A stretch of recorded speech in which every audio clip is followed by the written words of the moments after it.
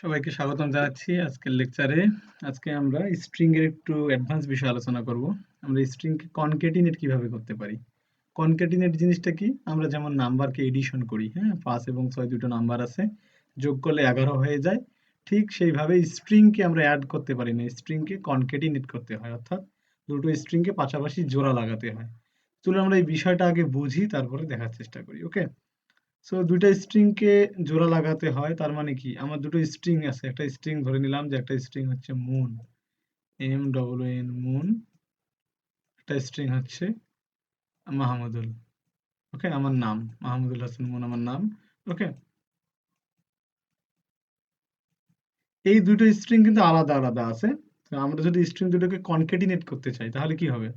আমরা যদি এটা S1 ধরি এবং এটা S2 ধরি, তাহলে এই দুটো স্ট্রিংকে আমাদের পাশাপাশি বসাতে হবে। মুন মাহমুদুল হতে পারে, বা S2 আগে নিতে পারি, S1 পরে নিতে পারি, মাহমুদুল মুন আমরা বানাতে পারি। এই যে কনকেটিনেট করতে হবে, সেটা কি শুধুমাত্র প্লাস অপারেশন দিয়ে করলেই হবে? না, সি প্রোগ্রামিং এ প্লাস অপারেশন দিয়ে করলে সেটা হবে না। আপনারা নিশ্চয়ই জানেন যে প্রতিটা স্ট্রিং এক একটা করে ইন্ডেক্স থাকে। তাহলে এর আছে 4টা ইন্ডেক্স, অর্থাৎ 4টা পজিশন, এবং শেষে কি আছে? একটা নাল ক্যারেক্টার আছে। ঠিক এর 8টা ক্যারেক্টার আছে এবং শেষে একটা নাল ক্যারেক্টার আছে। তাহলে আমি যদি কনকেটিনেট করতে চাই তাহলে আমাকে কি করতে হবে? আমি যদি কনকেটিনেট করতে চাই তাহলে এর 4টার পর থেকে কিন্তু এর ক্যারেক্টার গুলোকে বসাতে হবে। অর্থাৎ এর 4তম ক্যারেক্টারের পরে 5ম ক্যারেক্টারে আমার এম বসবে, 6ষ্ঠ ক্যারেক্টারে এ, তারপরে এইচ। ঠিক এভাবে যদি উল্টো দিক দিয়ে করি আমরা, তাহলে এর 8টা ক্যারেক্টার আগে জায়গা মতো বসে যাবে, তারপরে আমার এর ক্যারেক্টার গুলো বসবে। তাহলে স্ট্রিং কনকেটিনেট করতে গেলে কি করতে হবে আমাকে?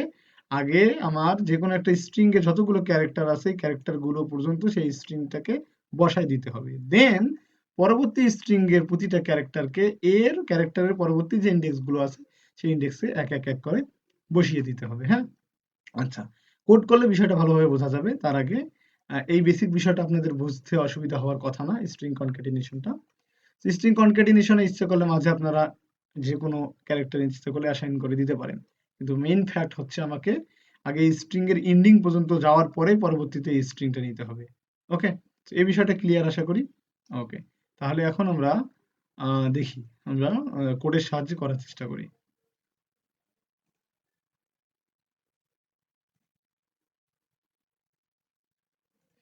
তো শুরুতে আমরা কি করলাম, আমি এখানে স্ট্রিং যেহেতু নিব, আমি স্ট্রিং এর সাইজটা আমি উপরে দিয়ে দিতে পারি এখানে, বা ওখানে ডিরেক্টলি আমরা সাইজ নিয়ে নিতে পারি। আগেরগুলোতে আমি ডিরেক্টলি সাইজ নিয়েছিলাম, এখানে আপনাদের নতুন টেকনিকটা দেখিয়ে দিচ্ছি। এখানে আপনারা ডিফাইন করতে পারেন। কি ডিফাইন করতে পারেন?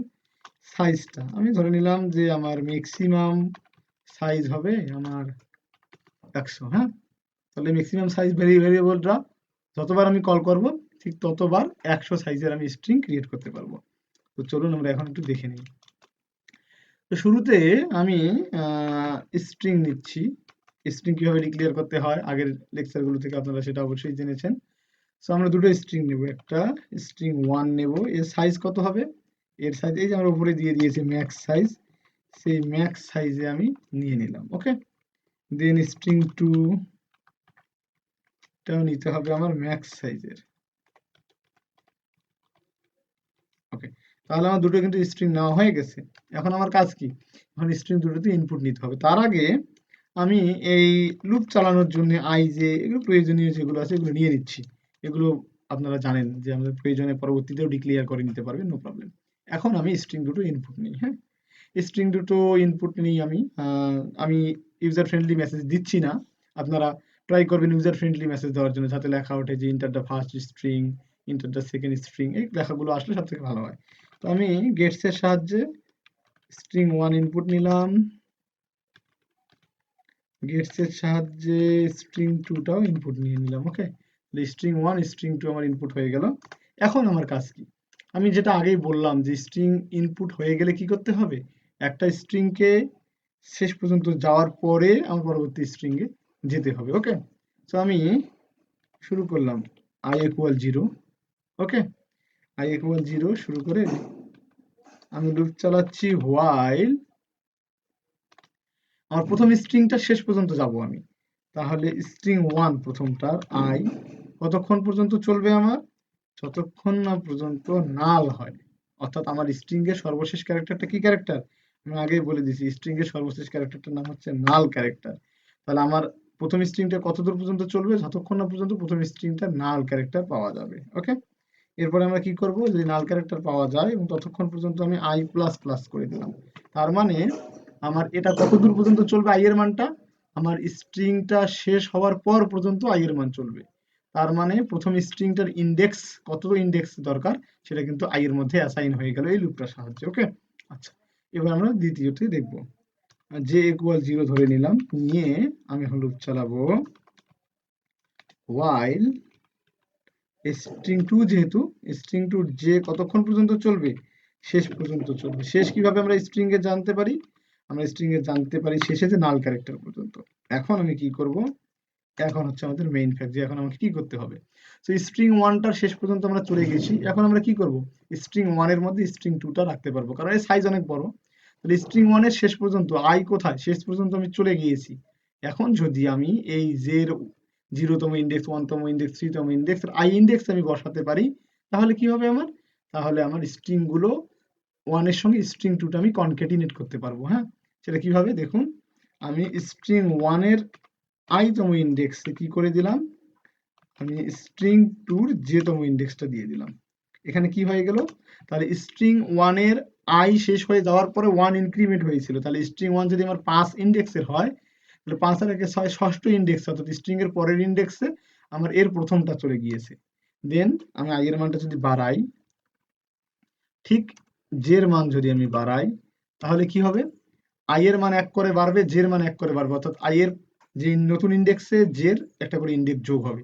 তাহলে সব স্ট্রিংটা কার মধ্যে জমা হয়ে থাকবে, পুরো স্ট্রিংটা জমা হয়ে থাকবে স্ট্রিং 1 এর মধ্যে। ওকে, এখন এই স্ট্রিং 1টা কিন্তু এখন স্ট্রিং হয়নি, কারণ স্ট্রিং হতে গেলে কি করতে হবে, স্ট্রিং এর সর্বশেষ যে ইন্ডেক্সটা আছে সেই ইন্ডেক্সে আমাকে কি দিতে হবে, আমাকে নাল ক্যারেক্টার দিতে হবে। ওকে, এখন কিন্তু এটা স্ট্রিং এ কনভার্ট হয়ে গেছে, স্ট্রিং 1টা একটা ফুল, দুটো স্ট্রিং এর সমন্বয়ে একটা স্ট্রিং এ কনভার্ট হয়ে গেছে।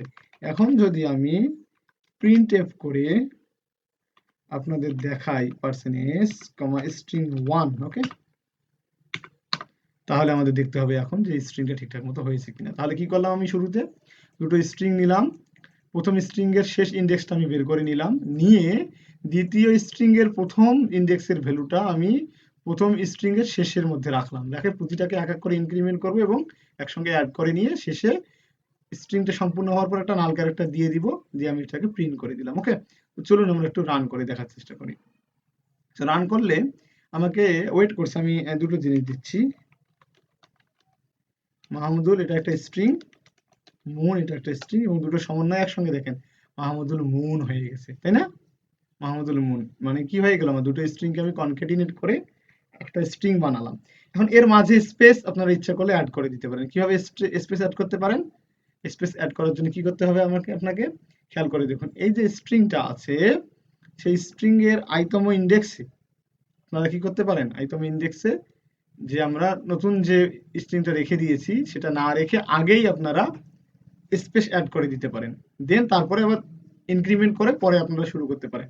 এটা আপনাদের হোম টাস্ক থাকবে, অবশ্যই এই কাজটি করে আমার ডিসক্রিপশনে কমেন্ট করে জানাবেন যে আসলে আপনার হয়েছে কিনা।